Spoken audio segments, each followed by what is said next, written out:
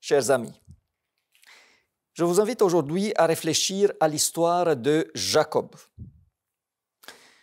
Par la ruse, par le mensonge, par la trahison, par le péché, il réussit à faire son père Isaac, prononcer sur lui des mots de bénédiction. Ce qui est intéressant est qu'en apprenant le plan que sa mère a concocté, il fait la réflexion suivante. Genèse 27, 12. Genèse 27, 12. Peut-être mon père me touchera-t-il et je passerai à ses yeux pour un menteur et je ferai venir sur moi la malédiction et non la bénédiction. Jacob pense que s'il est pris dans le mensonge, c'est la malédiction. Par contre, si le mensonge est très bon et qu'il n'est pas pris, si la tromperie passe, alors ce sera la bénédiction. Le problème pour lui n'est pas le mal qu'il fait, mais le fait d'être pris. Jacob et Rebecca croient qu'on peut recevoir une bénédiction du Seigneur à travers la tromperie. Et la ruse fonctionne. Jacob est un bon menteur. Il passe donc l'examen du mensonge et peut recevoir, si vous voulez, un diplôme d'expert menteur.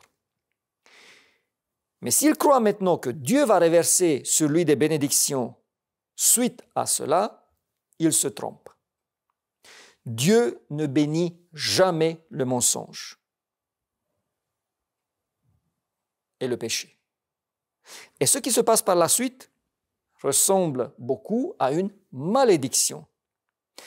Jacob est le fils d'un des plus riches hommes du pays. Et il doit fuir de chez lui avec rien d'autre qu'un bâton dans sa possession. Si cela ressemble à une bénédiction pour vous, je dirais presque bon courage. D'un riche héritier, il se transforme en un fugitif sans le sou, qui en plus est en porte-à-faux avec Dieu. Et c'est ici le point le plus important.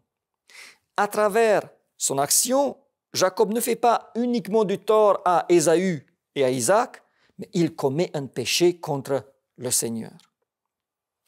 Une des conséquences sera le fait que le Seigneur ne pourra pas le garder quand Laban le trompe lors de son mariage. Et cela aura après de lourdes conséquences pour sa famille et son propre bonheur.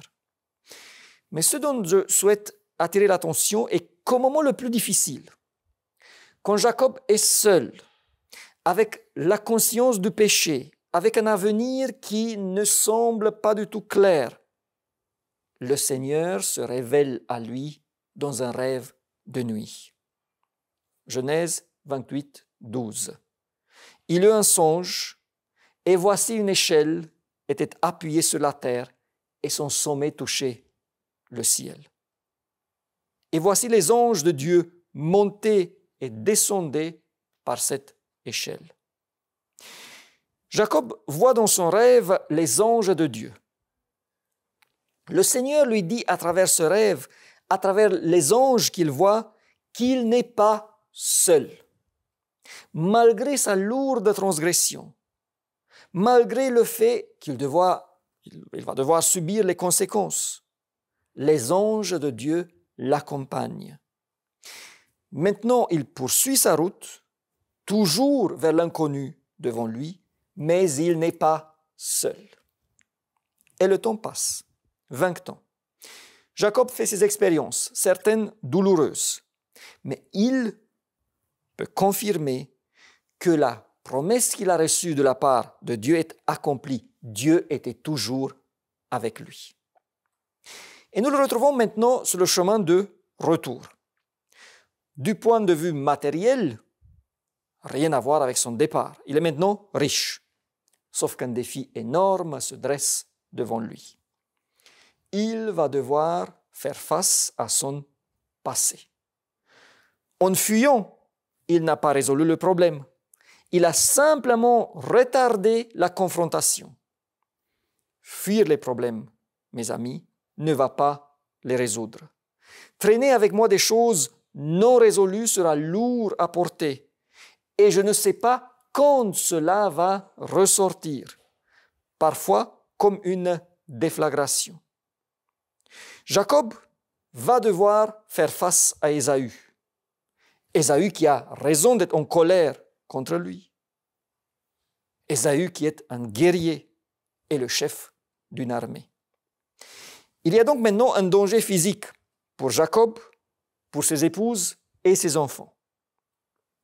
Mais il y a aussi la conscience du tort, du péché envers Ésaü et envers le Seigneur. Et c'est maintenant qu'arrive quelque chose de très impressionnant. Avant que les événements que nous connaissons, je pense, se mettent en marche, avec ce messager envoyé vers Ésaü, son départ menaçant avec son armée, la rencontre entre Ésaü et Jacob, avant ces moments ô combien importants entre Jacob et le Seigneur, quand il est resté seul, quand il a lutté avec lui, avant tout cela, il y a un moment significatif. Genèse 32, 1 à 2.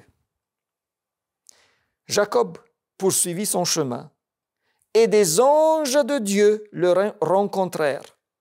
En les voyant, Jacob dit, c'est le camp de Dieu, et il donna à ce lieu le nom de Mahanaïm. C'est comme au départ, quand il est parti dans l'inconnu, la rencontre avec les anges à Bethel. Maintenant, c'est à nouveau la même expérience. L'inconnu est devant lui avec la rencontre d'Ésaü. Et Dieu lui fait rencontrer à nouveau ses anges.